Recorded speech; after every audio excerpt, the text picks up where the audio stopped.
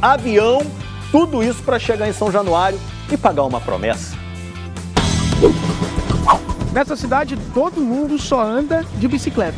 Os funcionários da companhia de energia carregam a escada assim. Os táxis são bicicletas também, só que maiores. Carro? Não, muito pesado. É proibido por questão da rua, né? Ser de palafita. Palafita é madeira. Essa é a cidade de Afuá, fica no estado do Pará. Tem cerca de 40 mil habitantes. Um deles é o vascaíno Ivan. Nessa semana, ele arrumou as malas, pegou um bicitaxi devidamente caracterizado e partiu rumo a São Januário com o objetivo de pagar uma promessa. Daqui a pouco a gente fala sobre isso. O primeiro passo foi chegar até o aeroporto de Macapá, que é a capital do Amapá, estado vizinho. E a única forma de sair da cidade do Ivan é de barco. Macapá é o nosso meio mais próximo de buscar, qualquer coisa que a gente quer é Macapá, entendeu? Questão de viagem de avião. Primeira etapa concluída, viajei de Afuá até Macapá, 2 horas de viagem, daqui sigo para o aeroporto. De Macapá até o Rio foram mais 7 horas de viagem com direito a uma escala em Brasília. Foi uma longa viagem até chegar aqui no Rio de Janeiro. Essa é a primeira vez do Ivan aqui na cidade. E aí, Ivan, quer conhecer algum outro ponto turístico antes ou melhor ir logo para São Januário? Vamos direto para São Januário.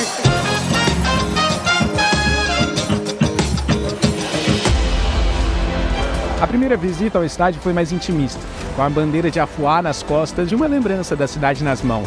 Um pouco da minha cultura lá, o bicitaxi, inclusive é o do Gigante da Colina. Diante da estátua de Roberto Dinamite, que faleceu no começo de janeiro, o Ivan saudou a memória do maior de todos os ídolos vascaínos. Estou descrevendo através de lágrimas aqui, né? A emoção de estar aqui. Amanhã, no jogo contra o Resende pelo Campeonato Carioca, ele vai sentir o clima do Caldeirão. Como a gente só assiste pela TV, né? Fechei o olho e fiquei imaginando aqui a torcida, aquela energia, né? A gente só de assistir já sente, imagine aqui dentro. E afinal, qual era o objetivo dessa viagem do Ivan? Pagar uma promessa que ele fez no ano passado, quando o Vasco ainda estava na Série B do Brasileirão. Se o Vasco voltasse à elite do futebol, eu viria aqui em São Januário, não só para conhecer, para assistir um jogo, como também para atravessar o campo de joelho. O Ivan tem 29 anos, atualmente está desempregado. Teve que criar uma rifa e fazer outra promessa para a padroeira da cidade de Afuá. É a Nossa Senhora da Conceição. Fiz uma promessa que se eu conseguisse o dinheiro para custear a minha vinda aqui, eu vinha trazer lá comigo. E assim foi, de Afuá, no Pará, até o gramado de São Januário. O Vasco atravessa fronteiras, já diz o hino, né? Norte e sul desse país. Promessas pagas, graças à fé e ao amor pelo Vasco. Um amor gigante, do tamanho desse Brasil. Na tela para vocês, bola quadrada contra o Volta Redonda, números de Vasco, olha só, olha o trocadilho. Números de Vasco, 1, Volta Redonda 2 pela 5ª rodada do Carioca. Posse de bola, 59% do Vasco contra 41%, chutes 15-12, no alvo 6-5, repara a coluna em vermelho, que é a que tem os números mais altos, sempre do Vasco, mas o placar favorável ao Volta Redonda, passes certos 352-209, escanteios 11-1, cruzamentos 45, isso mesmo, 45-6, mas no placar final deu Volta Redonda, Marcelo. Pois é. Vamos falar então desse Vasco. Ô, Zupa, a gente falava aqui, logo no começo da temporada, de todos os reforços que estavam chegando no Vasco. Mas o resultado, ou os resultados e a maneira como a gente está vendo o Vasco jogar, mostra que ainda precisam de mais reforços? Acho que são duas coisas. Sim, precisa melhorar o time e é normal que a gente tenha essa impressão agora, porque o próprio Paulo Brax, que é o executivo da SAF do Vasco, diz que a intenção deles é que para abril, para Campeonato Brasileiro, antes do Brasileirão, o Vasco tenha de 80% a 90% do elenco montado para abril. A gente está no fim de janeiro. Então é natural que agora o Vasco não tenha o seu elenco pronto.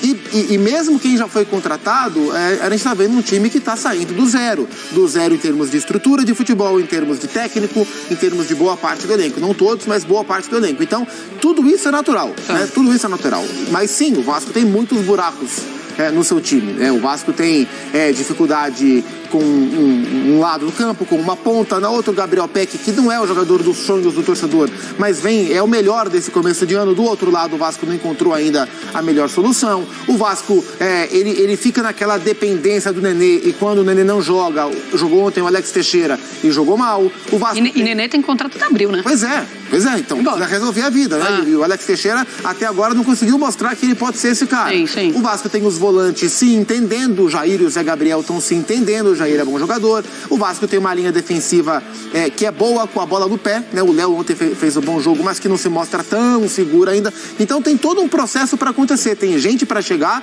e quem tá lá tem que desenvolver dentro do trabalho. Então era natural que o começo fosse claudicante. Talvez derrotas como a de ontem deixem o torcedor ainda mais preocupado. Mas agora é fase de conhecimento. O Vasco está se entendendo agora e vai sofrer mesmo. Até vai bater muita cabeça até encontrar o seu caminho para andar em linha reta. Pois é, e aí tem muita gente falando, mas os jogadores que chegam também precisam começar a mostrar o que ainda não conseguiram mostrar para o Barbieri. A gente tem uma tela do Pedro Raul e aí a gente mostra como é que está esse início de temporada do jogador, né? Ele perdeu um pênalti, por exemplo, poderia pelo menos ser um empate ontem. Os números dele, então ele tem 2 jogos, né? Não tem gol, tem uma assistência, 3 chutes, 1,5 chutes por jogo, e aí teve esse pênalti perdido, desperdiçou a cobrança nessa derrota para o Volta Redonda. É demais começar a olhar para o Pedro Raul e já começar a criticar, ou tem que dar tempo para o jogador? Calça. Marcelo, achei demais tudo que eu tô vendo no Vasco, assim, acho que é um negócio assustador. Se o Vasco estivesse no mercado contratando jogadores absurdos, tecnicamente, caras assim de um nível extraordinário, naturalmente ele ia começar de um outro patamar. Mesmo assim, ele precisaria passar por essa construção que falou o Zupar. Sim. Apenas que ele começaria num outro nível. O Vasco não está no mercado contratando jogadores extraordinários. Pega o Piton, lateral esquerdo, é um jogador extraordinário. Sim. Não. O Léo Pelé é extraordinário. Bambu. Sim. Vamos falar de bons jogadores. Alguns bons, outros. E nesse início, como foi o início de várias equipes nesse processo, o Botafogo, o Palmeiras, quando veio lá da 2ª divisão, aconteceu isso também. A primeira ação no mercado é uma ação que vai deixar muita gente pelo caminho.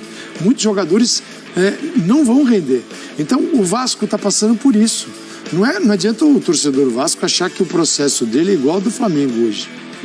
O Flamengo contrata jogadores aqui, ó, que o Vasco não consegue contratar ainda. Não está contratando. Então, vale para o Pedro Raul, vale para todo mundo. Então, você precisa de muito do treinador.